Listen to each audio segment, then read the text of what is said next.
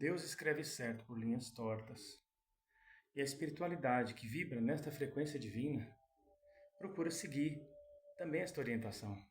Às vezes uma coisa parece não ter nada a ver, e exatamente aquilo que traz as respostas e a orientação certa para você retomar o seu caminho, seu propósito divino, seu propósito reencarnatório.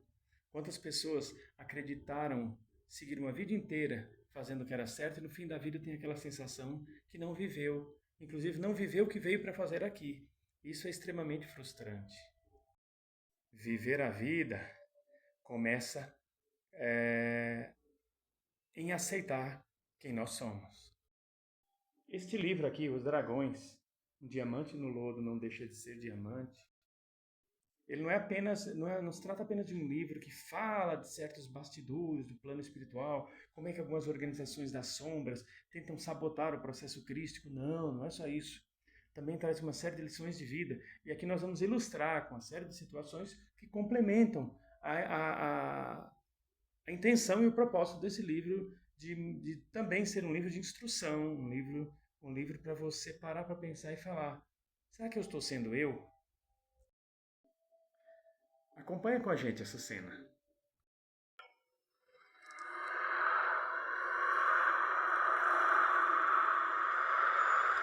Dante, Que, Augusto? você viu quem morreu? É o que eu mais vejo. Não, pô. Olha aqui. Antônio Celso, galã das novelas, morreu. Para, Augusto, como você é brega. Deixa eu trabalhar aqui, vai. Quando você era criança, você já via espírito? Já. Você não tinha medo? Morrer de medo. Como é que você parou de ter medo, assim? Quando meu pai começou a aparecer pra mim. Eu queria tanto que meu pai aparecesse pra mim, pra eu pedir perdão, sabia? Perdão por quê? Porque eu sou o único filho homem dele. E olha, não tão homem, né? Para, Augusto, seu pai tinha muito orgulho de você, para.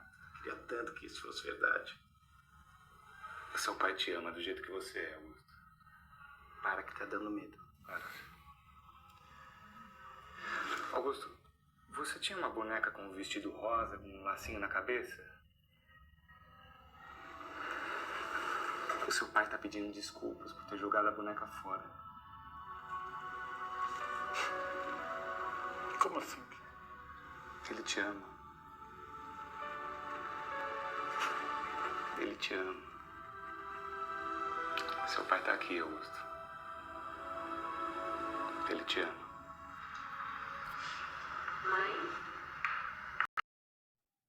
Essa vinheta que você acabou de assistir é uma tirinha retirada do filme O Filme dos Espíritos, e mostra a cena de um rapaz que tem evidência e ele vê o espírito do pai do rapaz, e o rapaz ele trazia com ele aquela culpa por ser o único filho homem e devido à orientação sexual dele, deu a entender ali no filme, homossexual. Isso não tem problema nenhum, não há pecado nisso, não há nenhum impedimento da parte dos espíritos de luz em relação a esse tipo de aceitação, de autoaceitação, porque é uma autoaceitação, quando a pessoa se aceita e se assume. Tem vários níveis de assumição, né, se existe essa palavra, e ele, segundo o filme ali, ostentava, no bom sentido do termo, a sua escolha. Só que parece que entre ele e o pai havia um impasse, havia uma condenação por parte do pai, e ele, de certa forma, carregava com ele essa culpa, e ele queria ver o pai pedir perdão, e calhou, bem naquela hora, do pai estar ali ao lado dele em espírito, e o vidente pôde transmitir-lhe, era um vidente e clareaudiente também, clarividente e clareaudiente, porque senão não conseguia passar a mensagem daquele jeito. E a partir dali, aquela mensagem traria. Agora se coloque no lugar. Alguém faz uma revelação dessa para você que só você e a pessoa que já faleceu sabia daquele episódio, no caso uma boneca que foi jogada fora. Aquilo mexe ou não mexe com a pessoa, por mais cética que ela seja? principalmente se a revelação partir de um médium que não tinha como saber daquela história. Então, aquilo aconteceu ali com aquele rapaz, foi uma ficção no filme, mas há uma série de casos reais de pessoas que passaram por situações muito parecidas. Então, isso mexe com a pessoa. Se isso não for um ponto, um divisor de águas que transforma a vida da pessoa a partir dali, o que pode ser? Nós vamos fazer uso ainda do capítulo 12, chamado Exemplo de Misericórdia de João Castardelli, aqui do livro Os Dragões, psicografado pelo médium Vanderlei Oliveira, e o espírito que trouxe esse livro para nós, através da mediunidade do irmão Oliveira, é o espírito de Maria Modesto Cravo. E tem uma parte aqui, já na parte 321, que vai falar, no último parágrafo, diz assim, ó, não temos papa no espiritismo, nem chefes, muito menos entidades que comandam.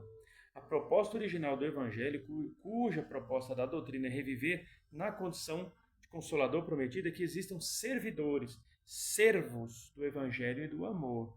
Esta palavra merece toda a atenção de nossa parte. Servos. Organizações que sirvam sem querer dominar. Homens que sirvam sem querer comandar. Servir, servir, servir e passar. Recordando sempre que a obra não nos pertence. E aí tem uma parte do capítulo que uma pessoa pergunta, seria melhor para a nossa causa não existir esse esquema federativo de unificação? E aí o espírito que está se comunicando ali, a pessoa que está tendo esse diálogo com o Atílio, fazendo os questionamentos, responde, o Atílio, o problema não é o esquema, a organização em si, né? Mas o abuso dos homens. Porque as pessoas muitas vezes deixam a obra em segundo plano e colocam o carguismo, sim, os cargos acima, né, da missão, do propósito. Então, se essa pessoa ela tinha uma determinada missão de trabalhar, por exemplo, o seu lado egoísta, porque quando a gente reencarna, uma das maiores missões é para conosco mesmo. E em segundo plano vem a missão para com o próximo. E aí a pessoa tem aquela missão de trabalhar seu egoísmo e, consequentemente, auxiliar o próximo em suas necessidades diversas, talvez materiais, espirituais, enfim. De repente a pessoa vai trabalhando dentro de uma casa, seja qual for o segmento, a denominação, vai crescendo ali dentro e o nariz vai empinando. Quando vê, ela acha que a obra pertence a ela porque o cargo ali pertence a ela e ela vai fazer o possível para nunca largar aquele cargo, inclusive se for de presidência do centro. A não ser que seja aqueles lugares que a presidência tem um mandato, 3 anos, por exemplo, e ter o mandato tem que sair, independente de qualquer coisa. Mas é difícil, algumas geralmente vai reelegendo, mas fica lá, né? Toma conta da casa. Como eu já vi, alguns darem golpe de Estado dentro de centro espírita. De dar um golpe, não deixar ter eleição e se apoderar da presidência até quase morrer. Aí, como dentro de determinadas casas também tem os macumbeiros, né? Dentro de todo lugar tem.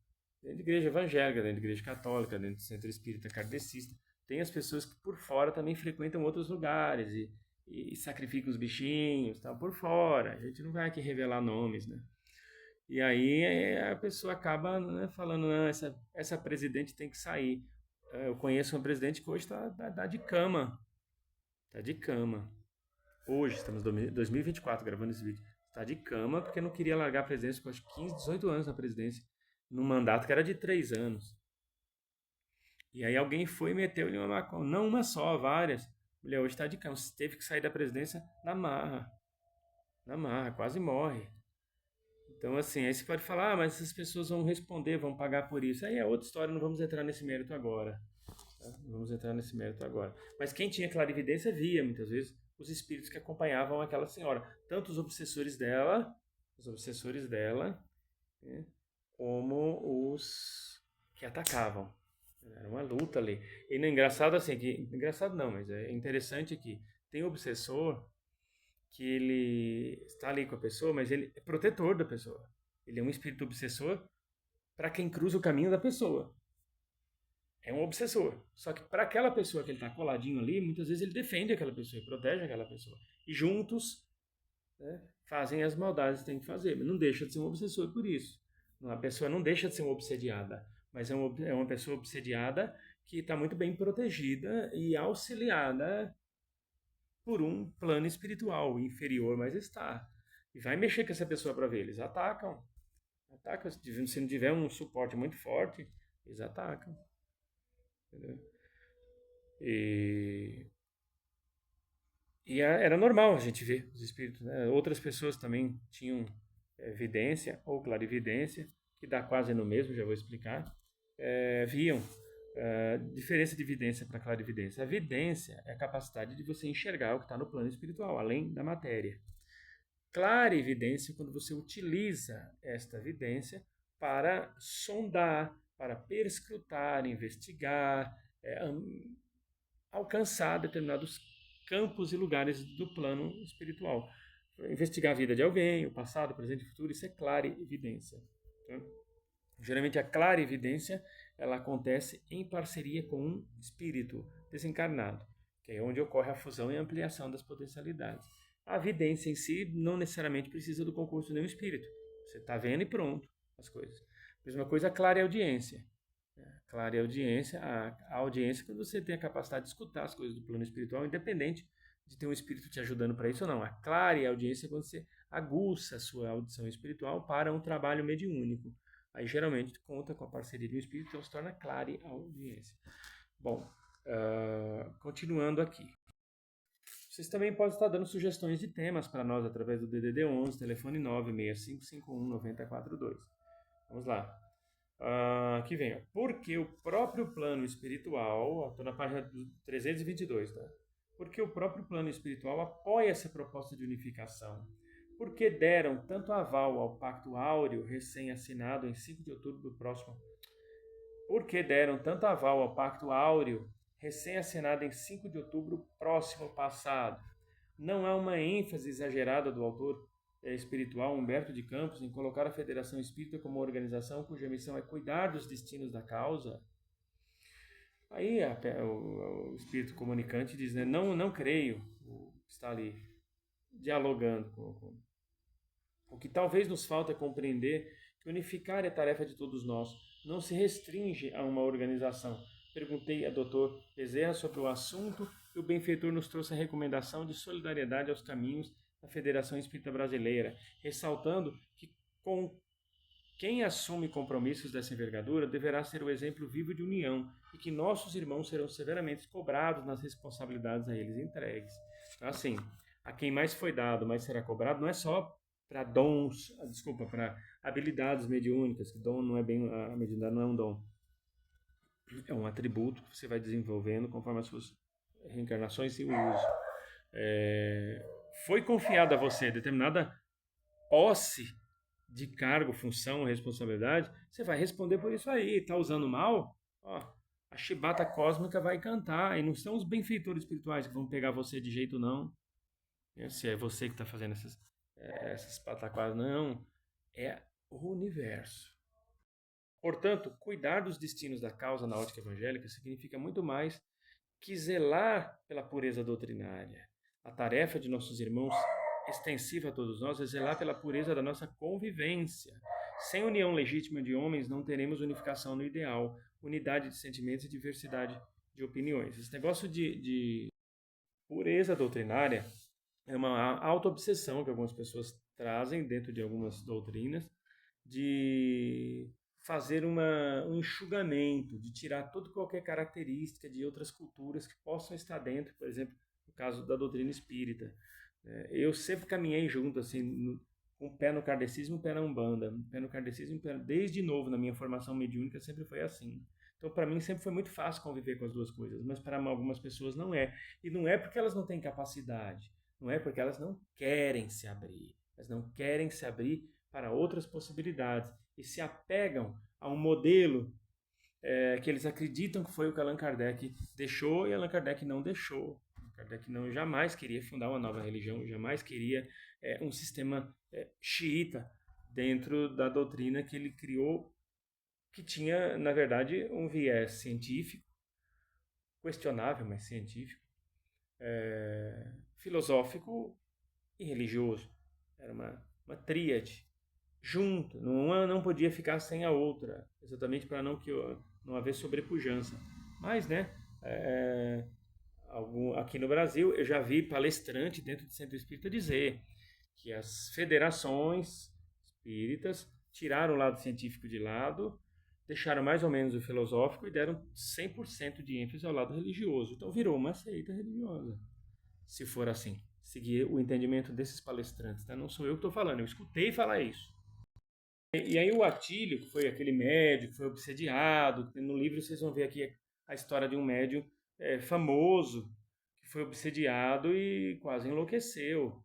Ele acredita que essas instituições regulamentadoras, federações, etc., vão pagar um preço alto. Ele diz assim, eu lamento muito pelos acontecimentos, mas tenho a certeza de que essas instituições responderão no plano espiritual por esse desvio. Aí o espírito, a pessoa que está conversando com ele, o interlocutor, diz, não só as instituições, Atílio, os obsessores também. Os obsessores também, é claro, e não só os obsessores, Atílio. Quem mais responderia? Ele diz, Atílio, à luz das leis divinas, quem aceita ser guiado não deixará de responder por si próprio. Quem aceita ser massificado abdica do direito divino de escolher, refletir e crescer, e por efeito prejudica o seu desenvolvimento pessoal. Então, quem se filia a essas organizações, que muitas vezes realmente estão sob ataque, dominação de seres espirituais menos felizes, principalmente quando os presidentes dessas instituições começam com muita regrinha, com muita coisa que não tem nada a ver com o plano espiritual de luz, e começa a criar muita... aí a coisa complica. Eu trabalhei numa casa uma vez, numa das casas, nesse caso era espírita, a casa, que eles suspenderam completamente o estudo das obras do Allan Kardec, aqueles 5 livros, né? E criaram apostilas. Você tinha que ler as apostilas. Quem fosse pego lendo os próprios livros do Allan Kardec era chamado na chincha, levava bronca e passava até pela desobsessão. Tinha que fazer tratamento de desobsessão. Como é que pode um centro kardecista fazer isso? Ou seja, não tem coisa boa ali. Não tem coisa boa ali, espiritualmente, governando a cabeça daqueles dirigentes. E aqui na página 327 ele fala assim, ó, é incrível dizer isso, mas acredito que tem muita gente trabalhando pela doutrina sem estar fazendo nada por si mesmo. No fundo, muitos grupos doutrinários nesses dias já caminham para a autêntica hipnose coletiva. Não sei o que será da comunidade, caso optem por essa sequência infeliz de ações. E não é difícil a pessoa se melhorar. Não é fácil, mas com um pouco de esforço é possível sim. Vou pegar um exemplo aqui de um livro. Eu lembro que numa das casas que eu trabalhei, a gente começava lendo um trecho desse livro aqui, ó, Sinal Verde. É um livro que, capítulo por capítulo, ele vai trazer reflexões que, se você colocar em prática, fala, olha, eu vou pegar esse livro e vou pensar alguns conselhos que tem aqui e vou colocar esses conselhos em prática por semana. Semana 1 eu coloco o conselho 1. Na semana 2 eu coloco o conselho 2. Na semana 3 eu coloco o conselho 3. Você vai ver que no final de um ano todo mundo vai perceber que você se tornou uma outra pessoa. Não por fingimento, por prática. Vou ler aqui um trechinho, por exemplo, do capítulo 1. Só para você ver que bacana, como é gostoso ler por dia um capítulo desse livro. Foi psicografado por Francisco Cândido Xavier e o espírito é André Luiz. Logo no capítulo 1, ao levantar-se, agradeça a Deus a bênção da vida pela manhã. Se você não tem o hábito de orar, formule pensamento de serenidade e otimismo por alguns momentos antes de retomar as próprias atividades. Como você pode estar fazendo isso? Respira profundamente, solta o ar bem devagar, imagine as pessoas que você provavelmente conviverá naquele dia. Imagine, por exemplo, elas felizes, se cumprimentando, você também falando com elas, desejando bem, elas te desejando bem. Isso aí é uma oração. A energia chega até elas. Levante-se com calma, não igual um doido. Se você deve acordar alguém, use de bondade e gentileza, reconhecendo que gritaria ou brincadeira de mau gosto não auxiliam em tempo algum. Guarde para com tudo e para com todos a disposição de cooperar para o bem, ou seja, faça o bem sempre que puder. Quando não puder, não atrapalhe a pessoa. Antes de sair para a execução de suas tarefas, lembre-se de que é preciso abençoar a vida para que a vida nos abençoe. Como assim abençoar a vida? Você simplesmente ter um gesto para com a vida de se dispor a dar o seu melhor. Hoje estou saindo com o propósito de fazer tal e tal coisa. Pretendo dar o meu melhor e espero que as pessoas às quais conviverei também deem o seu melhor. Imagine elas dando o seu melhor. Tira ali um minutinho para imaginar como se fosse a cena de um filme. Isso aí é oração. É oração. Você está cocriando essa vontade, essa potência da sua vontade de querer que as coisas fiquem bem, estejam bem, é forte. É forte porque vai se entrelaçar com a vontade e o querer de outros seres encarnados e desencarnados que conspiram em favor daquilo, que ele vai ganhando uma corrente de força muito grande, tal qual uma prece, tal qual uma oração. Os irmãos desencarnados, muitos deles ficam só esperando uma brecha para atacar. Nós vamos mostrar uma vinheta agora de uma sessão de desobsessão, onde mostra um espírito que estava atacando outro rapaz, levando praticamente ao suicídio pelo alcoolismo. Por quê? Porque ele deu brechas, ele deixou com que as vicissitudes o arrastassem para o buraco e, uma vez mergulhado em vibrações inferiores, aqueles espíritos que estavam também na vibração inferior se aproveitaram para atacá-lo. Um deles se manifesta na sessão entre aspas, mesa branca, na reunião mediúnica em que ele estava, e através do esclarecimento, antigamente chamado doutrinação, ele provavelmente aceita ser recolhido. Veja, acompanhe com a gente aqui a vinheta. Tô mais pronto. E eu, hein, Livi? Eu? Quando é que eu fico pronta?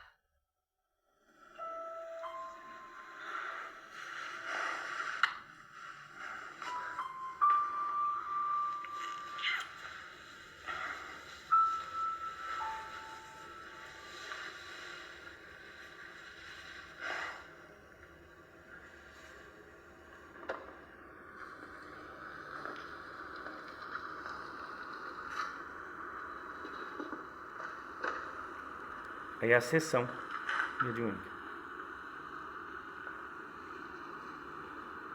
Seja bem-vindo, meu amigo. Não sou teu amigo.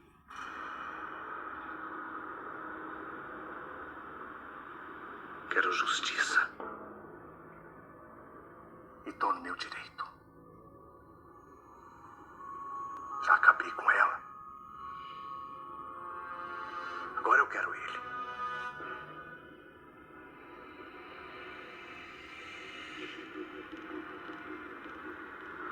E você tá me atrapalhando. Exijo que você se afaste. Deixe isso para a justiça divina. Deus está muito ocupado.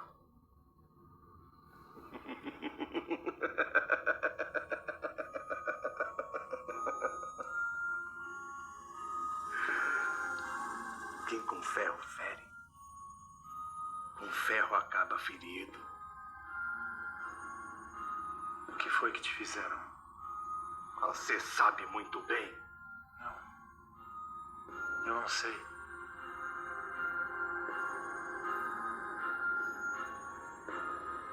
Não me deixaram nascer.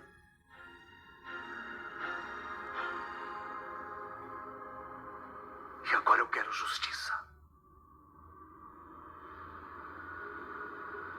Você já parou para pensar quando tudo isso pode ter começado? Quando me abortaram. Será? E se eu te disser que pode ter começado lá atrás? Vamos todos mentalizar firmemente Jesus e pedir que Ele mostre a verdade no painel mental desse nosso irmão.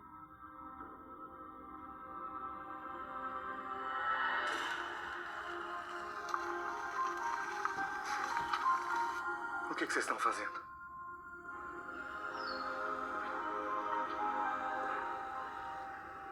O que está acontecendo comigo? Fique calmo. Você vai conhecer a verdade e ela vai te libertar. O que você está vendo?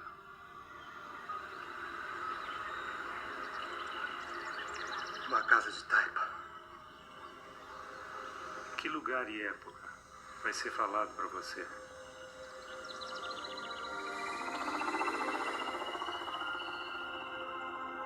Cajazeiras, Paraíba, 1943. O que você está vendo? Um homem. Esse homem é você? Não. Eu vejo uma mulher. Essa mulher é você? Não, não. Não sou eu.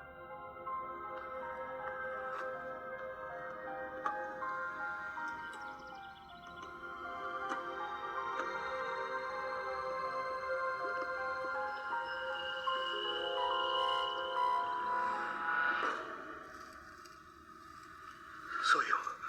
Sou eu. Eu estou espreitando alguém. É ele. Eu tô de tocaia pra cima dele.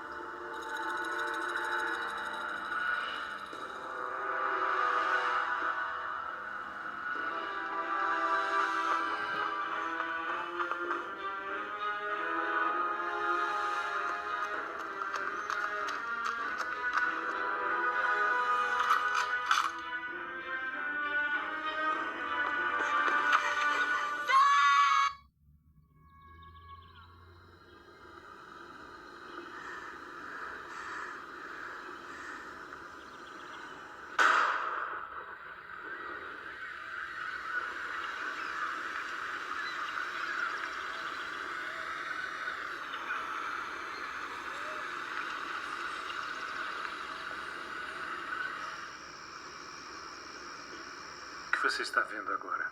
A mulher. Ao lado dela, uma criança. É filha dela e do homem que eu matei. Tem alguém batendo na porta.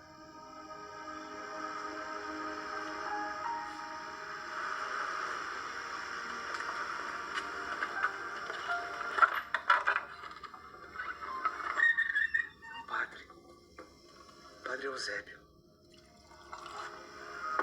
Acompanhe apenas.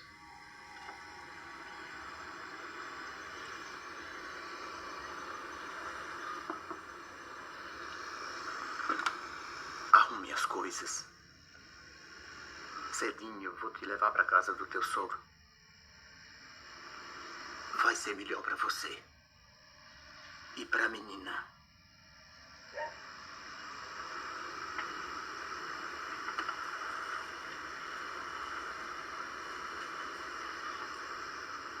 Parece que a ruindade dos homens sempre ganha da bondade, padre. Meu Zé era um homem bom. Os maus são intrigantes e audaciosos.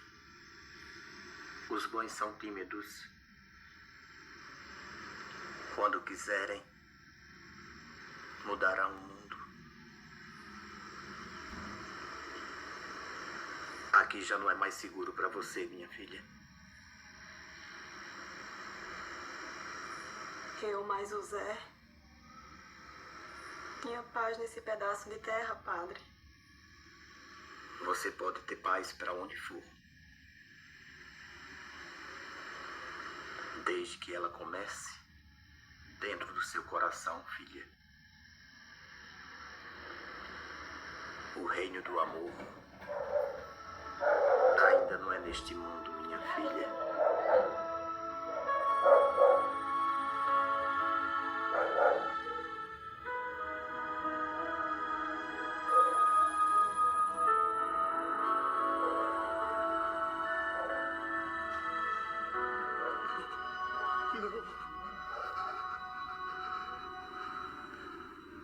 te foi mostrado.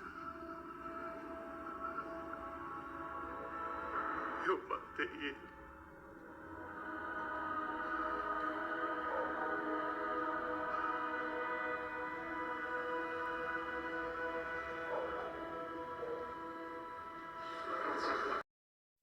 Vocês viram aí? Dívidas todo mundo tem. Muitas vezes você está num trabalho fraterno, hoje fazendo bem, e você lá no passado foi uma pessoa assim, que fez muita coisa complicada. Hoje você está no caminho do bem, mas os assédios espirituais serão enormes para que você desvie do caminho, para que você fracasse. Então, o horário vigiar é extremamente necessário. E uma das formas de vigiar é pedindo a Deus sabedoria para ver onde é que você está pecando para com você e até para com o seu próximo e como melhorar isso.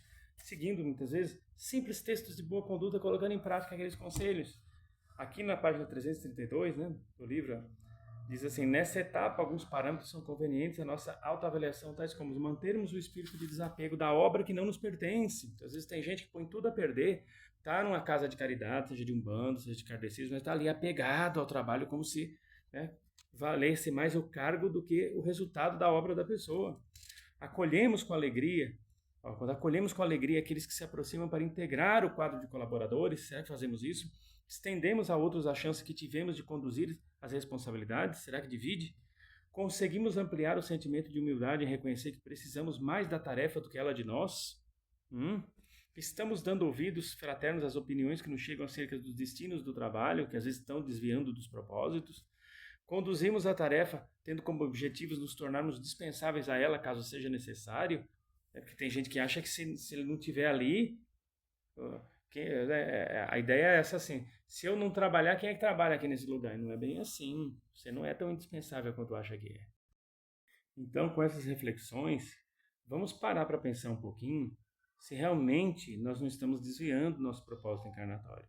Porque o maior prejudicado seremos nós mesmos. Se houver um desvio do propósito, lá na frente, quando estiver chegando a hora de dar tchauzinho para esse plano físico, o vazio lá dentro do coração vai ser muito grande. E aí, olha, não tem quem te ajude muito não, né? É batalhar depois no plano espiritual para conseguir uma boa condição e uma reencarnação adequada para que a pessoa consiga reparar isso lá na frente. Não é brincadeira, não. Não é brincadeira, não.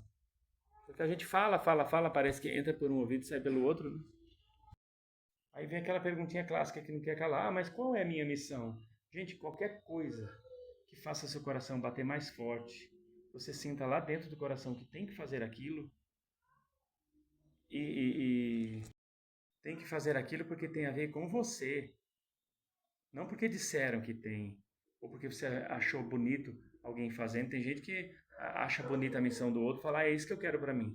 Mas está muito mais preocupado em receber o reconhecimento do outro, que o outro recebe, do que com a missão em si. É questão de autoconhecimento. Sem autoconhecimento... E como é que se consegue autoconhecimento? Buscando lá dentro as suas verdades interiores. Porque o melhor templo para você frequentar está dentro do seu coração, não está fora. Quem estiver procurando Deus fora, não vai achar. Tá certo que Deus é onipresente, está em toda parte, mas a conexão com Ele é só aqui dentro. Tá bom? É isso aí. Muita paz, muita luz e até a próxima oportunidade, se Deus assim nos permitir.